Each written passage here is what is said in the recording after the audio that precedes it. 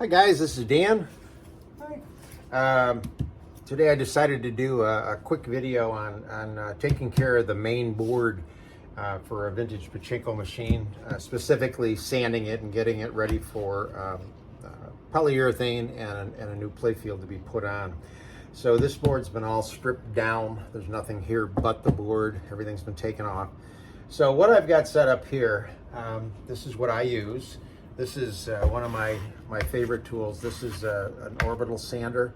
This is a DeWalt. Most all of my power tools are DeWalt. I like DeWalt. And the circular sanding discs. I buy an assorted a box from Amazon of assorted grits. I also have ear protection and eye protection. So when you start on this, depending on the package of different grits, you want to start with your heaviest grit, the lowest number. This is 40 grit. It's pretty rough. And then 60, 80, 120, 180, 240, and by the time you get up here to the 320, this is pretty smooth. So this is what gives you the nice finish on the opposite side. So I'm going to just use these in order. So I'll put the 40 grit on the sander. You want to line it up. In this particular one, you line it up so that it can suck the dust out. And I'm going to put my ear protection on. And I already put my glasses back on. So if you take a look at this side, this is the side I want to work on first.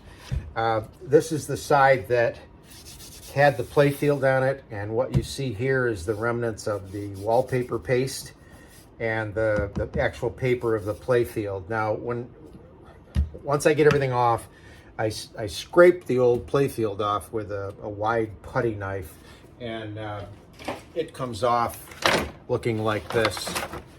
So this was here. You just get under it and scrape slowly and work it off. It'll come all off. This is what makes it come off in one piece. You're going to lose the paper part because it stays behind. But really all you care about is the plastic part that has the holes, because you'll use that later as a template. All right, so then what I did, after I scraped it off, I just used Windex, and I just sprayed Windex all over the place and let it sit for a while. And then I take a much smaller putty knife and just scrape. You can still get some of the paper off, but you get the bulk of the paper off while it's wet. And then, although this time of year it's winter and it's cold out in the shop, I took this inside overnight and let it dry real well. You don't want to do this when the board's still wet.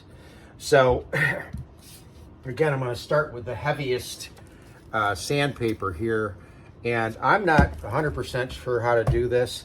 I want to try to do this in slow motion. I don't know if I'll be successful, so I'll start sanding in just a minute.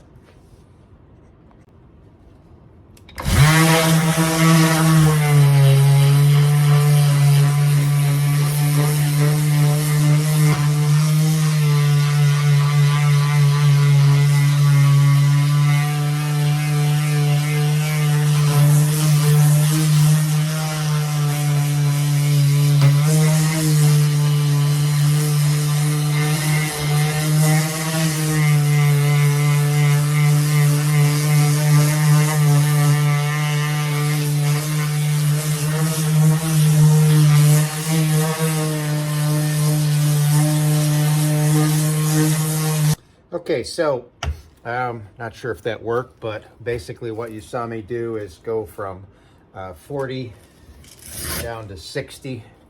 I'll continue with 80 and keep going. When you sand like this, you want to let your tool do the work. This thing's pretty heavy, so you really don't have to push down on it. You're just guiding it. And I do tip it up a little, just a little, to get this edge to cut a little more. You don't want to go like that. It'll take a groove, and you don't want that. The object of getting this sanding done is to get this surface flat, because any rise or ditch will show through your new playfield. Now, if you notice,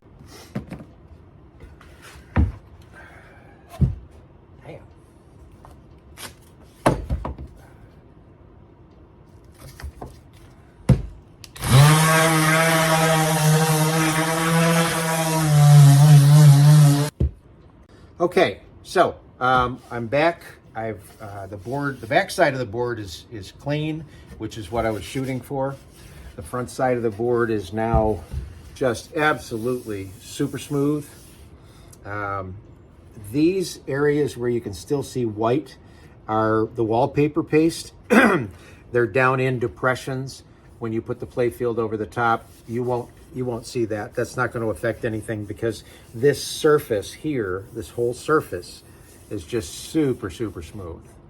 So I'll polyurethane this next, and when I do this particular board, I make sure that every surface on this board is polyurethane.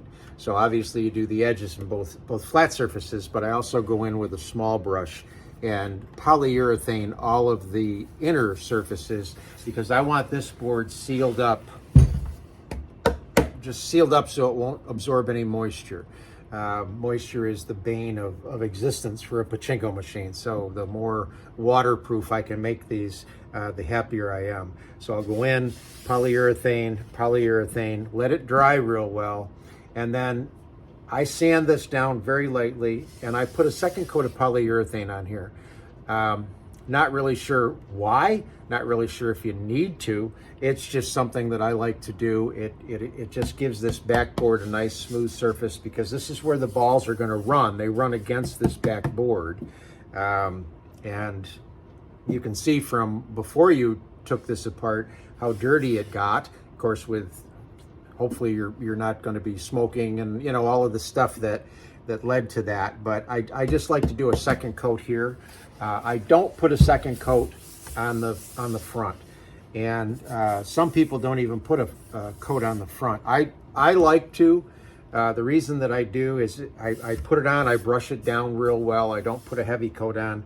To me, it's going to seal any small flaws in this board, even though I've got it sanded down really well. It's going to take care of all of that. And then when I get ready to lay the playfield down, the next thing that I do is I go in from the back of the board and I enlarge these holes where the rail wires are going to come through. I go in with a 3/32 drill and drill these out, make them bigger so it's easier to put the rail wires back in. Sand this, and then I'll take my finest grit on with the orbital sander, and I'll sand this again, making sure I get rid of all of the places where I came through with the drill and making sure there's no overspill of polyurethane or anything like that. So again, it really doesn't matter if I sand too much and take the polyurethane right off because it's smoothness that I'm going for. I don't sand that deep, by the way, but that's kind of my thought process, is that it's just a good way to protect this board. This is the most important board on your machine. So hope you learned something. Hope you like it. Stay in touch. Like the pages. Thanks.